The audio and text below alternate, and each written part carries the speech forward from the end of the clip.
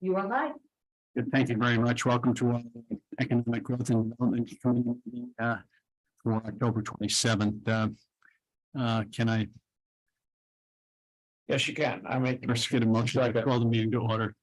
Kevin, then seconded by Leggett. All those in favor?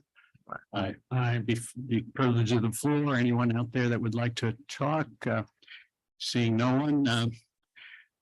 Number one, the action items, the request is to appoint the county planner as a 504 coordinator. Would someone like to explain the rationale and what it's all about? Yeah, we have a existing policy. It's generally mandated by the federal government in regards to the American Disabilities Act, that as we handle federal monies and our grant programs, that we make sure that we're complying with ADA on section 504. So we already have a plan on file, and this is simply updating some of the language in it to recognize Wayne's retirement. Very good. So we're just going to keep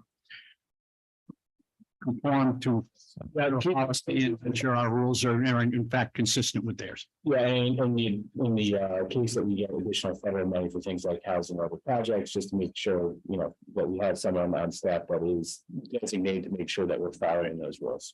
Thank you. So that resolution will have a title associated with it. 504 coordinator. Yeah. Yes, apologies. Yeah, it's update to resolution 356 of 2014. Which probably did that denote then the director of planning? Either by name or position, so now it should be made to be a position. And Yeah, I think the language there was to designate, each department would designate their own coordinator. okay, Are we clear here? Moderately. I don't think that, I'd have to look at that resolution. I don't remember if that was by name or not. But it wouldn't have been the director of planning at that time. no, It would have been county planner, so maybe it was. Okay. Yes, Supervisor Stroud, thank you. Seconded by Supervisor McGowan. Any further discussion? All those in favor? Thank you very much. Very good. Ethan, any discussion items? Yeah, we'll keep this quick. I know we're on a schedule here. The first item in your agenda packet on the third page, you'll see a updated organizational chart. As we all know, private department's undergone some changes.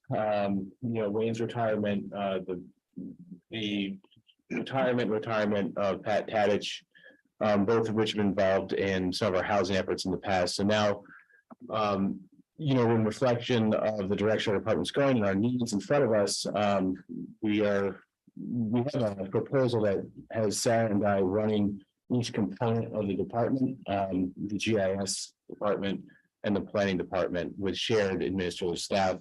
And the intent is to continue to build up our staff of planners. We have one planner coming on board next Wednesday, experienced in county government in Wyoming. She's actually from the area.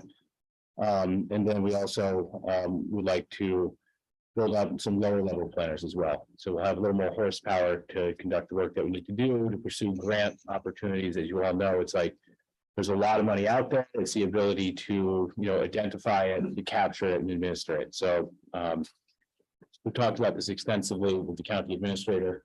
So this is just here for discussion today.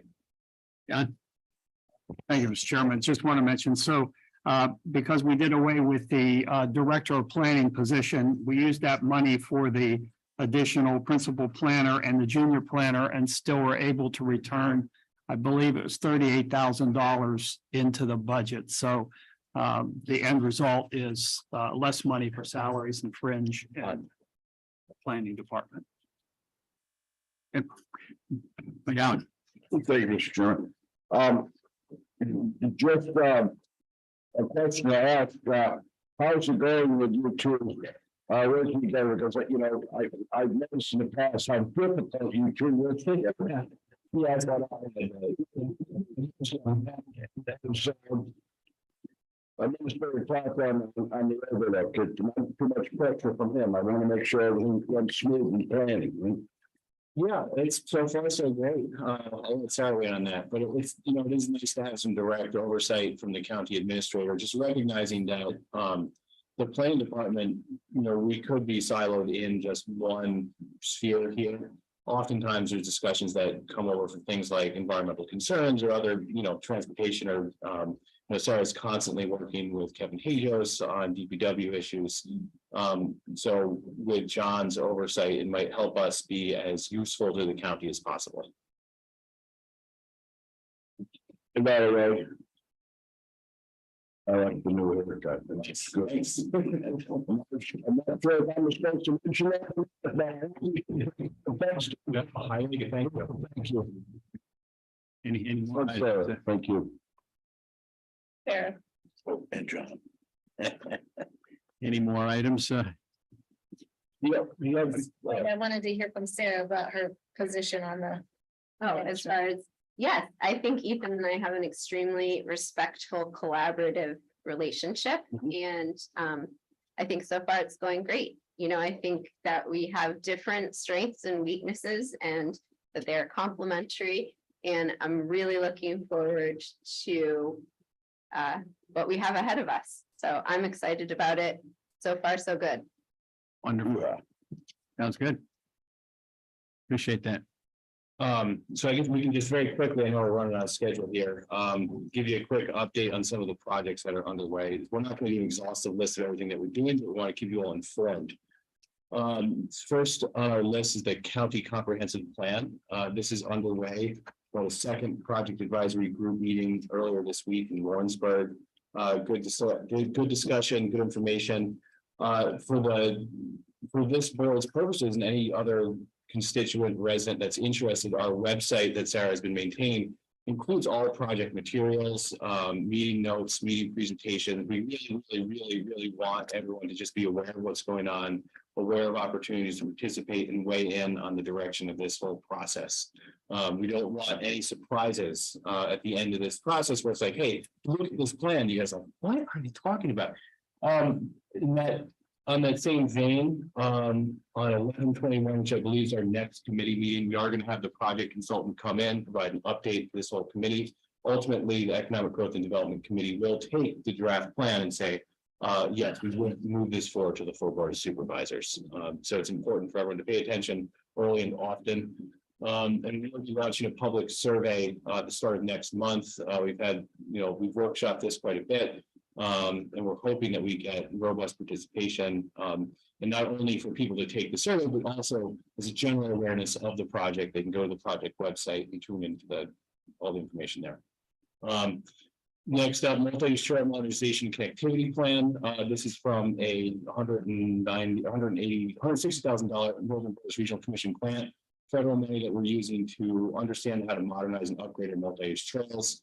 The project now, our engineering consultants are doing a physical inventory. We had a very well responded survey, almost 600 survey respondents to this thing. The next step is going to be digging some of the nitty gritty, analyzing the public feedback, working with the engineering consultants to understand, what are the existing conditions, what do you do to modernize it, and how does that relate to the public comments? This will be a very public process as well. The outdoor recreation county strategic plan, again, this is Empire State Development funded. We're taking a close look at how Warren County handles outdoor recreation and what its economic impacts are and what opportunities we have to leverage our existing assets. Working with a very good group out of Burlington, the SE Group and Common Ground Consulting. Project Advisory Committee was convened. Stakeholder interviews will be conducted over the course of next month. We're really looking forward to this project results. We heard from, Assemblyman Matt Simpson just, I think 2 or 3 weeks ago at a conference in Lake Placid, and he really reiterated over and over and over again that outdoor recreation, it really is economic development in our region. We talk about asset-based development. It's like, what do we have in Warren County? What's our strength? Outdoor recreation is one of those things we'd like to figure out how to harness it for more economic prosperity. agree with it. We're gonna reconvene the climate task force. We've been doing it for about a year now, just because we've been finishing up projects that were funded through the Climate Smart Communities Program. The Organics Management Plan, EV Fleet Initiative that, Tammy's been a really big part of. We have an energy audit that we did for the municipal center. Not really exciting results from that.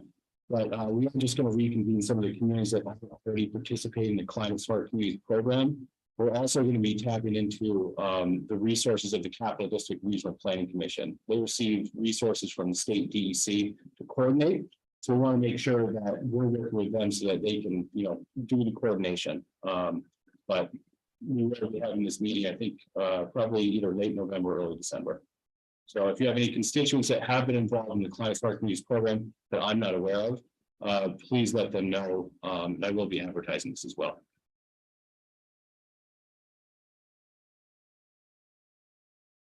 And the housing study, kudos to Sarah on getting this project over the line. Over the past month and a half, Sarah's really been cranking out from what was a 400-page document. It was very, very hard to decipher into something that is legible and understandable as it can be.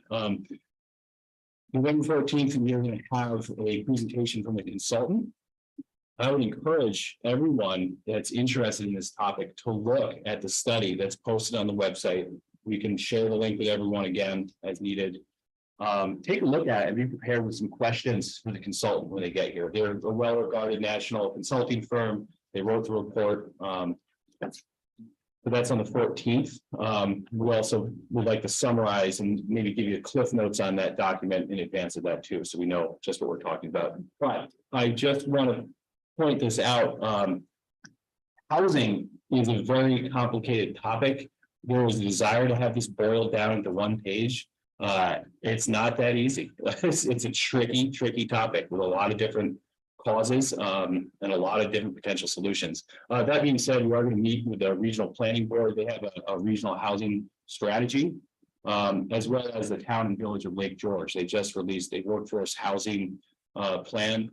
I'd like to sit down with those other two players and understand it's a very complicated topic. How do we get together and find some things that we can actually work on together? Because it's really, the need is so great that we must collaborate on these things. So yeah, please check it out. Can I throw in there that up at the CGA, Jim McKenna from Roos said something about they're in the North Country REDC and we're in the capital, but by aligning our goals with the goals of the EDC, the regional EDC, chances for funding on things is obviously increased. So Yeah, it's good.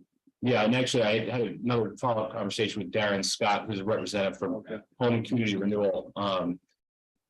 That will be another line of, I guess, just strategizing with HCR because they hold the purse strings on a lot of money. John and then Mike. Thank you, Mr. Chairman. Just wanted to clarify on the housing study briefing. That's the 14th of November at 11:30. That's a special meeting of the Economic Growth and Development Committee. Where I'm going to invite all the supervisors who would be interested to attend, but that is a special meeting of this committee. Thank you, John. Mike. Hey, Mr. Chairman, I've been reading some of the documents concerning the housing study. And does it include some of the housing that's in the pipeline right now? I think there was some mention of some of the stuff that might be coming online, or we may have those numbers. They did look at current building permits as part of the project. There are two documents. So this one that there's the picture of right here is the shorter main study. It's about, I think, 40-ish pages. And then there's a second document that's called supplemental materials. It's also on the planning website.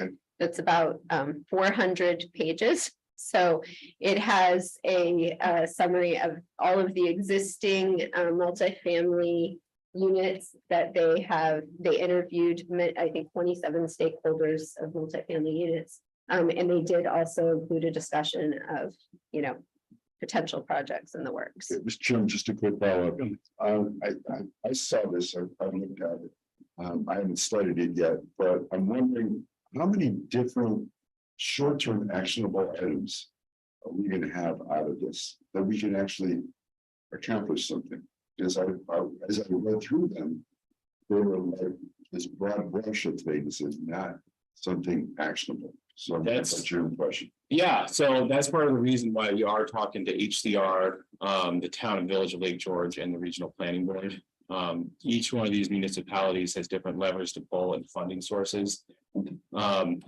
Short-term things, there are some immediate things like taking a close look at zoning ordinances. At the county level, we stay out of local land use decisions. We defer to communities. Our goal is to really communicate the opportunities to update land use regulations.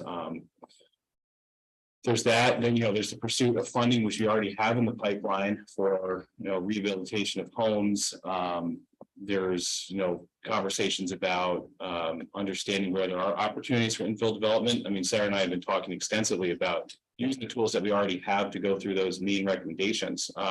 Which include understanding where the vacant underutilized housing is in the county, taking a close look at our hamlets. That was one of the big recommendations, is like focus on areas of your main streets where there's opportunities for. So I understand that's basically what's in the plan. But Yeah. it's just what can we actually accomplish in the short term is what I'm looking for. So that's a conversation that we need to have, because I do think that this first report, this is the first that we have for the county. I think it can serve as a benchmark.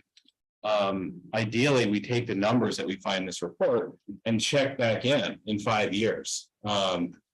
Take a look. I mean, I cannot say that we have one course of action to commit to at this point. That's a conversation that we need to have with our partners, our municipalities and the other organizations that are doing this work. But it would be good to use this report as a benchmark, and then in 5 years from now, come back and look at it again. And again, not to beat a dead horse, but the comprehensive plan is also going to be an opportunity. We're integrating the findings from this report into the comprehensive planning process. And we want to talk about housing as a thing. A lot of people on the local government side have not been involved in housing. Generally speaking, this has been a private market thing that has been dealt with. And now all of a sudden, counties and villages and towns and cities are suddenly faced with interfering with what used to be just a private market thing. So we have to tread very carefully in how we approach this, and each town is different. So yeah, the next step is to really figure out what strategies we're going to pursue. Well, we spent some money on this, and just hopefully we have something that we can accomplish. Yeah. With the money that we spent. Yeah, we certainly have things to work on. John. All right, so thank you, Mr. Chairman. I was just going to say, that's what the contractors will be here to do a presentation for us. And they'll be around to answer questions about the study. So, Excited. great detail. Thank you. Any further comments, discussion? Seeing none, for the privilege of the floor. Was there some? Countryside. We just Do you have have some more? Oh, I'm sorry. Yes. So just wanted to mention that we had our monitoring visit from State Office of Homes and Community Renewal on October 4th. They met in our office to go through a mountain of paperwork. We had a lot of documents that we had to submit to the state ahead of that, and a bunch of questions we had to answer. I wanted to thank Gina Martin in our office too for her huge work in preparing for that visit.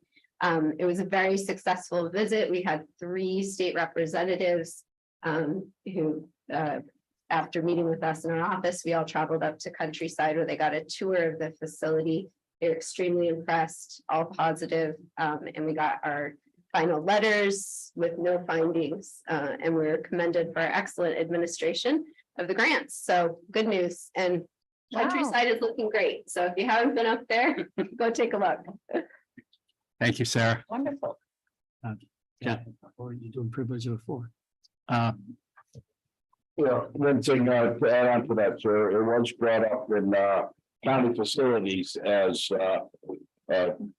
Kevin, is going to orchestrate a walkthrough of the supervisors. So thank you for reminding the other ones that maybe not have heard that in the earlier session, but, been a long time getting there. The other ones, but overall, I think we're, it's great. Thank you, Brett. Jeff, go ahead, Jim. Thank you, Mr. Chairman. Just one more discussion item. I had a conversation recently with Carmen Basile of CDTA on where they stand. I sent you by email a copy of a document that he gave me, but there are copies down there at the end of the table. It kind of talks about the rollout and where they are in the rollout. They're starting to put up signs now. Over the next couple of months, they will transition the vehicles from Greater Glens Falls Transit to CDTA, recognizable buses. They're putting a lot of signage at some of the bus stops. There will be virtually no changes, but there is one change that I'm sure we'll possibly hear about. Right now, GTFT is in the habit of picking up people along the street who they call it flagging. They can flag down the bus. CDTA does not do that. Their insurance carrier and their liability do not permit that. So that's a habit that many of our residents may have gotten into by flagging down a bus when it comes by, and they're going to start an engagement with the people of Glens Falls in particular, to encourage them to go to the bus stops to be picked up. So this is going to happen over the next couple months. They'll probably transition employees to CDTA full-time employees by December and ready to fully launch on the 1st of January. Claudia. I saw that in the summary sheet about getting rid of the flagging. I think what will really help though is it seems like they're doing a whole new push for bus stop signage. And hopefully it'll all be a lot clearer where you need to go to actually get on the bus rather than flagging it down. And I'm hopeful that they'll do some more public education pieces about that.